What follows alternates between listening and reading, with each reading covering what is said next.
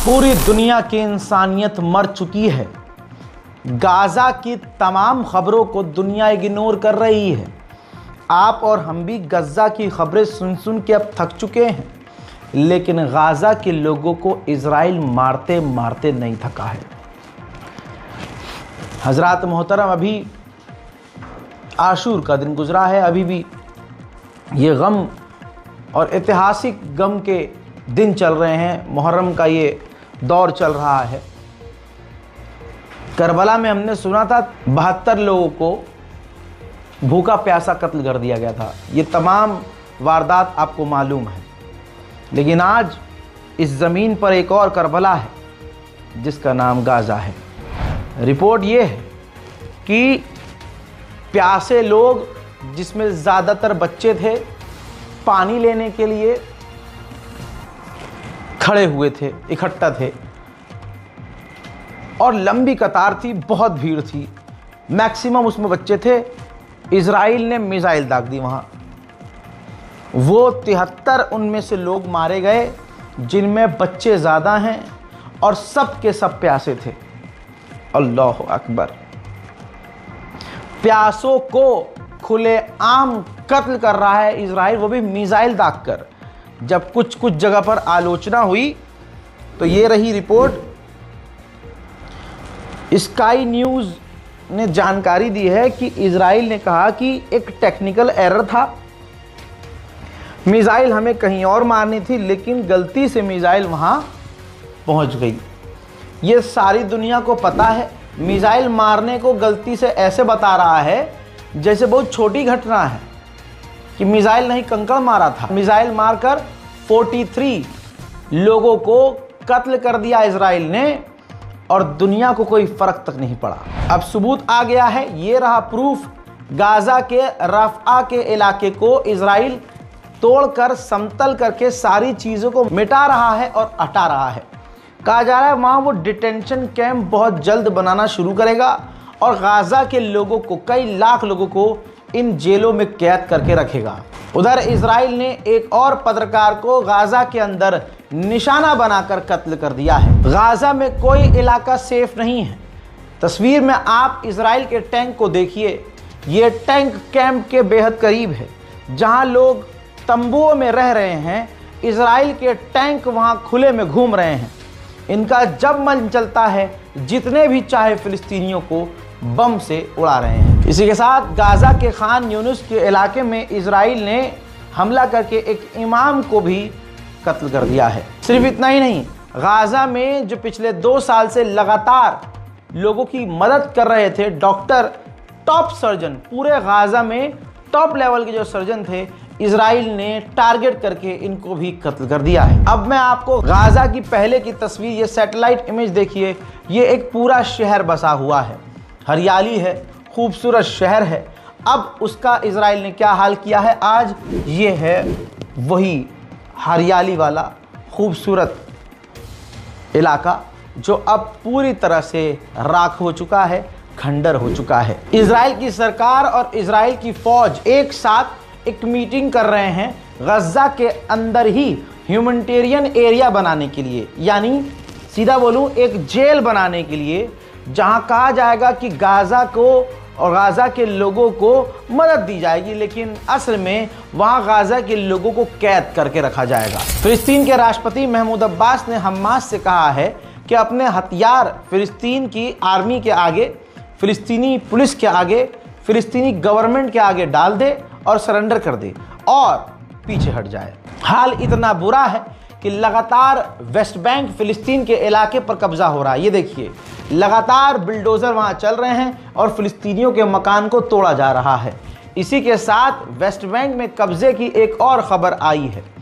Israel की सरकार ने फिर से बड़ा सेटलमेंट, स्क्रीन पर रिपोर्ट देख लीजिए, बड़ा सेटलमेंट फिलिस्तीन के वेस्ट बैंक में अनाउंस कर दिया है। 2400 लगभग फिलिस्तीनियों के मकानों को तोड़कर वहां यहूदियों के लिए अपार्टमेंट और मकान बनाए जाएंगे।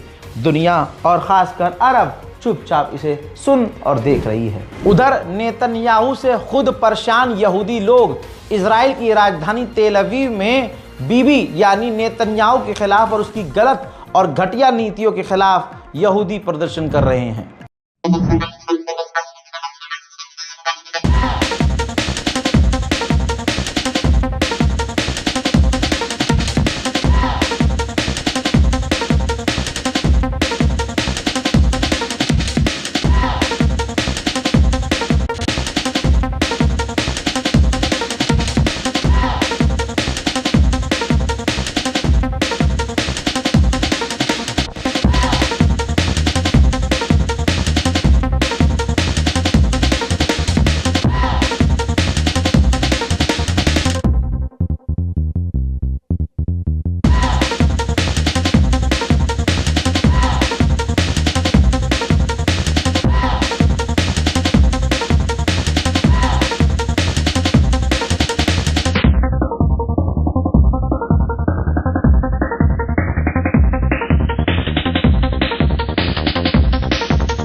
उधर एक और फ्लोटिला, तस्वीर आपके सामने, इटली से एक और समुद्री काफिला फिलिस्तीन का झंडा, मदद और हर तरह की ह्यूमैनिटेरियन एड लेकर कई सारे पत्रकार और एक्टिविस्ट के साथ गाजा की तरफ निकल चुकी है। वहीं लाल सागर की बात करें, लाल सागर में यमन का भौकाल इतना जारी है कि डर कर जो जहाज वहां से गुजर रहे हैं वो बार बार अपने कंट्रोलर पर बता रहे हैं, अपने रेडियो पर बोल रहे हैं कि हमला ना कीजिएगा, क्योंकि इस जहाज पर सारे के सारे क्रू मुसलमान हैं। बचने के लिए मुसलमान अपने आप को बता रहे हैं। अमेरिका की मदद और अमेरिका की ज़मीन से इजराइल ने, तस्वीर देख लीजिए, अपनी एक सैटेलाइट लॉन्च की है। जाहिर सी बात है इन सैटेलाइट का इस्तेमाल करके इजराइल और अमेरिका दूसरे देशों पर हमला और कब्जा ही करते हैं। एक ड्रोन इमेज आई है जिसके अंदर देखा जा सकता है, ये तस्वीर है, कि एक हमास का लड़ाकू अचानक से बाहर आता है ज़मीन से और एक ही 5 सेकंड के अंदर इजराइल के 2 टैंकों को डिस्ट्रॉय कर देता है। ये वीडियो यूरोप में वायरल हो चुकी है। हजरात, फ्रांस ने कुछ कदम इजराइल के खिलाफ उठाकर इजराइल के मिर्ची लगा दी है।